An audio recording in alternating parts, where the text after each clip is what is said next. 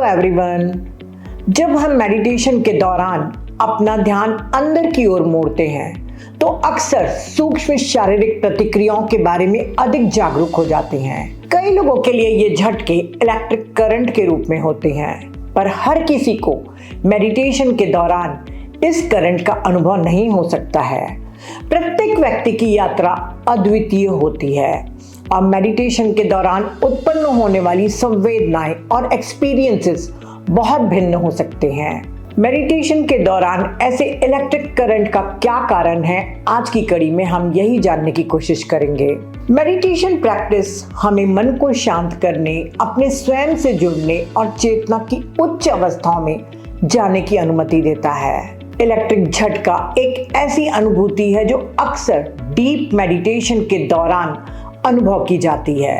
इसे एक सूक्ष्म, झुनझुनी या कंपन वाली अनुभूति के रूप में वर्णित किया जाता है, जिसे पूरे शरीर में महसूस किया जा सकता है, विशेष रूप से हाथों, पैरों और सिर में, क्योंकि उस समय सेल्फ अवेयरनेस से शरीर के सूक्ष्म संवेदनाओं पर हमारा फोकस बढ़ जाता है।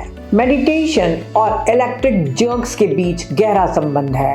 मानव शरीर एक जटिल प्रणाली है जो लगातार हमारे विचारों, भावनाओं और शारीरिक स्थितियों पर प्रतिक्रिया करती है।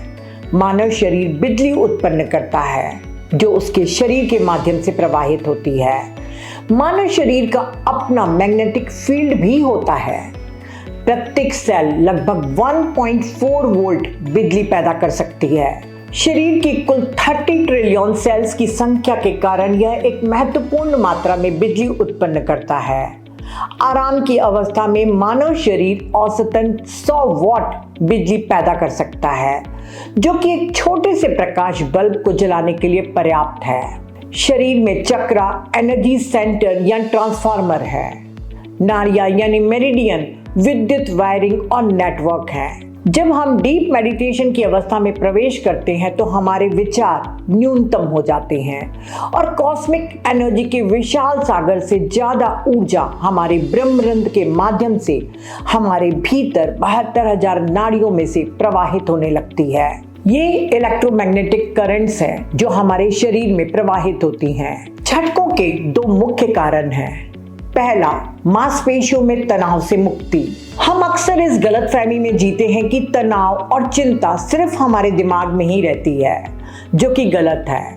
आपके नर्वस सिस्टम का बड़ा हिस्सा आपके पूरे शरीर में फैला हुआ है और चिंताओं का एक बड़ा हिस्सा भी पूरे शरीर में ब्लॉकेजेस के रूप में मौजूद रहता है।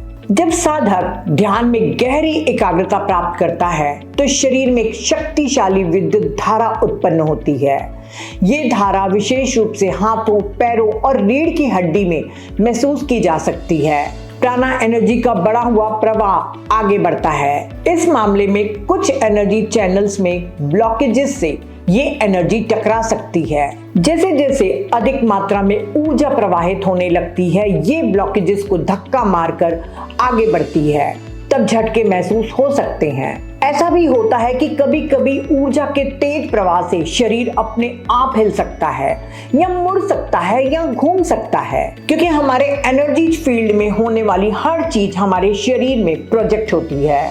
ये अनुभूति को अक्सर एक गहन आध्यात्मिक अनुभव के रूप में माना जाता है। साइंटिफिक रिसर्च से पता चलता है कि ये अनुभूति नर्वस सिस्टम के रिएक्शन से जुड़ी हुई है। मेडिटेशन के दौरान शरीर का पैरासिम्पैथेटिक नर्वस सिस्टम सक्रिय हो जाता है, जिससे गहरी विश्राम की स्थिति पैदा होती है, जिससे व्यक्ति चेतना की एक गहरी अवस्था में प्रवेश कर सकता है। न्यूरोसाइकोलॉजिस्ट कहते हैं कि शरीर स्मृति को जमा करता है, जिसे सोमैटिक मेमोरी कहा जाता है। चिंताजनक ऊर्जा हमारी मांसपेशियों में भी जमा होती है। डीप मेडिटेशन में उतरने पर सबकॉन्शियस माइंड में छिपी हुई भावनाएं, डर या दबे हुए अनुभव सरफेस पर आ सकते हैं। तब न्यूरॉन्स के बीच तेज फायरिंग से माइक्रो करंट्स उत्पन्न होते हैं। ये माइक्रो करंट्स नर्व्स के माध्यम से शरीर में टिंगलिंग या इलेक्ट्रिक स्पार्क की अनुभूति पहुंचा सकते हैं। सरल शब्दों में कहें तो अब विज्ञान भी मानता है कि जैसे जैसे मांसपेशियां शिथिल होती हैं, कोई भी संग्रहित तनाव ऐंठन या झटके के रूप में मेडिटेशन के दौरान प्रकट हो सकता है। पर हमें ऐसे झटकों के बारे में चिंता नहीं करनी चाहिए। इसे केवल डीप रिलैक्सेशन प्रोसेस के एक स्वाभाविक हिस्से के रूप में देखना चाहिए। दूसरा कारण है ऊर्जा प्रवाह में वृद्धि और कुंडलिनी सक्रियता। कुछ स्पिरिचुअल प्रैक्टिस में ये अनैच्छिक हलचलें कुंडलिनी अवेकनिंग से जुड़ी हुई होती हैं। हमारी महत्वपूर्ण ऊर्जा ची या प्राणा 72,000 नाड़ियों के माध्यम से बहती है, जिसमें 3 प्रमुख नाड़ियां हैं, ईड़ा, पिंगला और सुषुम्ना। जब हम मेडिटेशन करते हैं तो हमारी ऊर्जा की मात्रा और गति बढ़ जाती है, जिसके परिणाम स्वरूप निष्क्रिय शक्ति जो रीढ़ के आधार पर सुप्तावस्था में होती है, मूलाधार चक्र से उठकर विभिन्न चक्रों के माध्यम से ऊपर की ओर जाती है, जिससे साधक को शरीर में कंपन, झटके या विद्युत करंट जैसी अनुभूति होती है। क्योंकि जब कुंडलिनी या प्राण शक्ति नाड़ियों में बहती है तो रास्ते में प्रत्येक चक्र को सक्रिय और संतुलित करती है। ईड़ा, पिंगला और सुषुम्ना में संतुलन बिगड़ सकता है, विशेष रूप से यदि कोई अवरोध हो। तो ऐसे झटके उस मार्ग का शुद्धिकरण है जहां ऊर्जा और चेतना का मिलन होना है।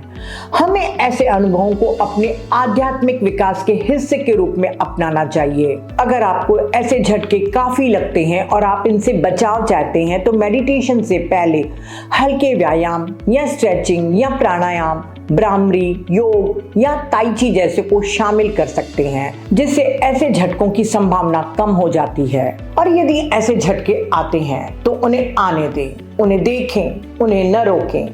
प्रक्रिया के बाद थोड़ी देर शांत बैठें, ध्यान समाप्त होते ही उठने से बचें, प्रक्रिया को समाहित होने का समय दें। स्वामी शिवानंद कहते हैं, ऐसी क्रियाओं से भयभीत न हो, ये आपकी ऊर्जा चैनलों के शुद्धिकरण की चकाचौंध है। तो फ्रेंड्स, यूं तो ऐसे झटके ध्यान के शुरुआती दौर में ही आते हैं, पर अगर अब भी आपके में आ रहे हैं तो इसे आप एक अपने प्यूरिफिकेशन की प्रोसेस को ही मानकर अपने में से प्रवाहित होने दें। आज के लिए इतना ही। Thank you.